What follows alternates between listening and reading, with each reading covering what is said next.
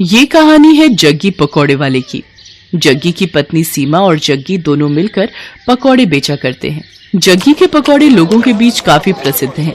जो एक बार उसकी दुकान में आता है वो बार बार आना चाहता है।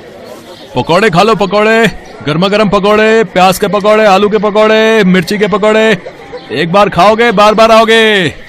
राजू और उसके दोस्त दिनकर को आज पकौड़े खाने का मन हुआ तो वे नुक्कड़ के पकौड़ों की सबसे फेमस दुकान यानी जग्गी पकौड़े वाले की दुकान की ओर बढ़ चले। आज सही समय पर निकले हम दोनों, नहीं तो जब तक जग्गी की दुकान पर पहुंचते थे उसकी दुकान के सारे पकौड़े खत्म हो जाते थे। आज तो जमकर पकौड़े खाऊंगा। जग्गी के मिर्च वाले पकौड़े तो इतने स्वादिष्ट होते हैं भाई कि क्या बताऊं यार। एक बार मेरी बीवी मुझसे नाराज चल रही थी, उस रोज मैं उसके लिए जग्गी के पकौड़े ले आया। अरे राजू भाई क्या बताऊं, एक वो दिन है और आज का दिन है। मेरी बीवी मेरे से ऊंची आवाज में बात तक नहीं करती, नाराज होना तो छोड़ ही दो। राजू और दिनकर बातें करते हुए जग्गी की दुकान के बिल्कुल नजदीक पहुंच गए थे। तभी उन्हें दूर से जग्गी की दुकान पर भारी भीड़ दिखाई दी। अरे दिनकर भाई, कहीं आज भी हम लोग लेट तो नहीं हो गए? देख रहे हो जग्गी की दुकान के बाहर लोगों की भीड़। दिनकर दुकान की ओर देखता है, लेकिन एक बात उसे अजीब सी लगती है। उसने देखा कि दुकान के बाहर जितने लोग थे लगभग सभी के हाथ में डंडे थे, कुछ ने पत्थर भी उठा रखे थे। अरे राजू भाई, भीड़ तो दिख रही है, लेकिन भीड़ में लोगों ने डंडे और पत्थर क्यों उठा रखे हैं? कहीं कोई गड़बड़ है क्या? उन्हें कुछ समझ आता उससे पहले लोगों के जोर जोर से चिल्लाने की आवाज आने लगी और सभी गुस्से में कह रहे थे, मारो मारो मारो इसे, छोड़ना नहीं है, मार इसको, मार।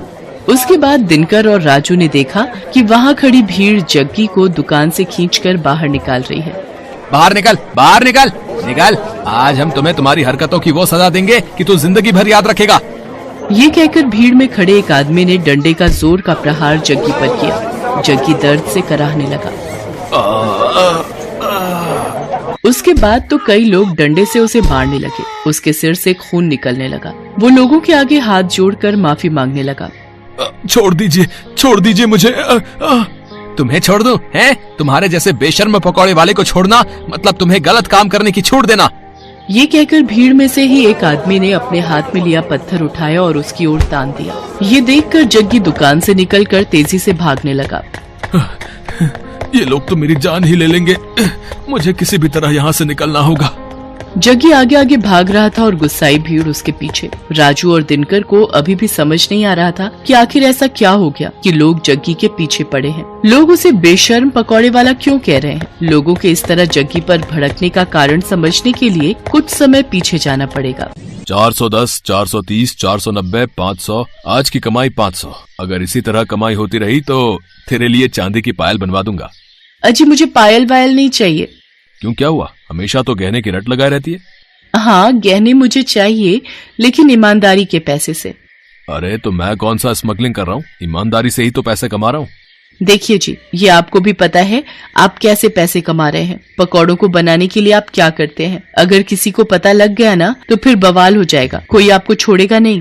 अरे तू चुपचाप रह, फालतू की बड़बड़ मत कर। मुझे जैसे बेचना है पकौड़े मैं वैसे ही बेचूंगा। जग्गी बहुत ही बेशर्म इंसान था।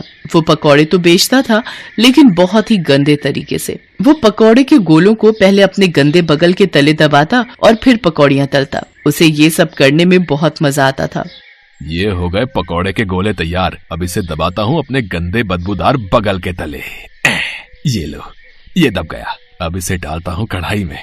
ये कहकर उसने पकौड़ों को कढ़ाई में डाला। कढ़ाई से निकलने के बाद उसने पकौड़ों की ओर गौर से देखा और मन ही मन मुस्कुराते हुए बोला, ये लो, ये हो गए मेरे असली पकौड़े तैयार। सीमा मुझे और बेसन दे, मुझे पकौड़ों के और गोले बनाने हैं।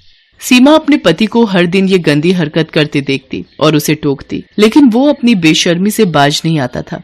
अरे ये तो क्या हर दिन चिक चिक करती रहती है, हैं? क्या करती रहती है? मैं कोई गलत नहीं कर रहा। ये तो किताबों में लिखा है कि पसीने की कमाई का मोल ही अलग है, और मैं तो पसीने की ही तो कमाई कर रहा हूँ। मेरे बगल के यानी मेरे बगल के पसीने की कमाई। अरे वही तो पकौड़ों में स्वाद भर देते हैं और लोग बार बार हमारी दुकान में आते हैं। ले तू भी खा मेरी पसीने की कमाई के पकौड़े।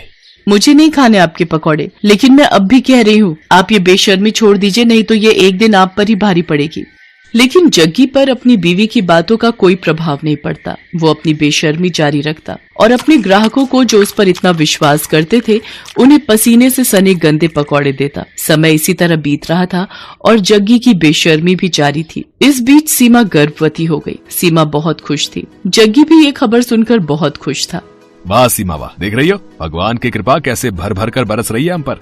हाँ देख रही हूँ, तभी तो आपको कहती हूँ अब तो वो काम छोड़ दीजिए, अब हमारा बच्चा आने वाला है।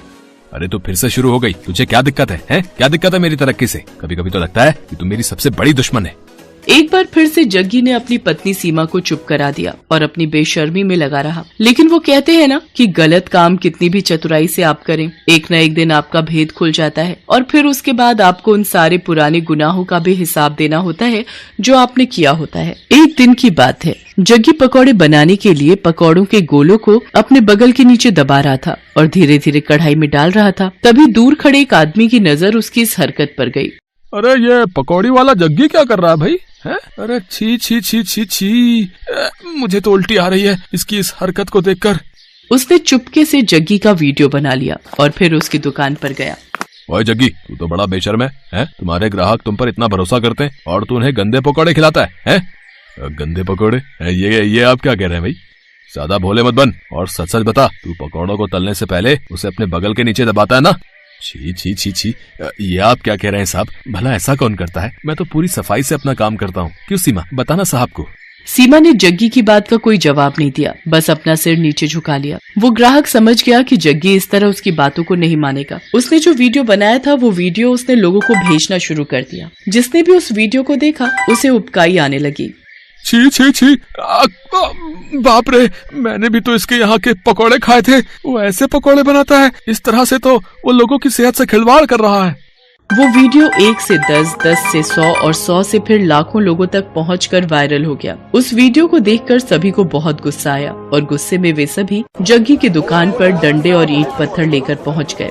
आज छोड़ना नहीं इसको, इसकी सारी बेशर्मी आज हम निकाल देंगे, मार देंगे इसे। हाँ, आखिरकार लोगों ने उसे पकड़ लिया। एक बार फिर से सभी उसकी पिटाई करने लगे। तभी उसकी पत्नी सीमा भागती हुई वहाँ आई और लोगों के आगे हाथ जोड़ते हुए उसने कहा, मैं जानती हूँ कि इनकी गलती माफ करने के लायक नहीं है। इन्होंने आप लोगों के विश्वास का खून किया है, आप लोगों की सेहत के साथ खिलवाड़ किया है, लेकिन आप लोग इन्हें मार देंगे तो मेरा बच्चा जो अभी मेरी कोख में है उसके सिर से पिता का साया उठ जाएगा। भगवान के लिए मेरे कोख के बच्चे पर रहम कीजिए और इन्हें छोड़ दीजिए।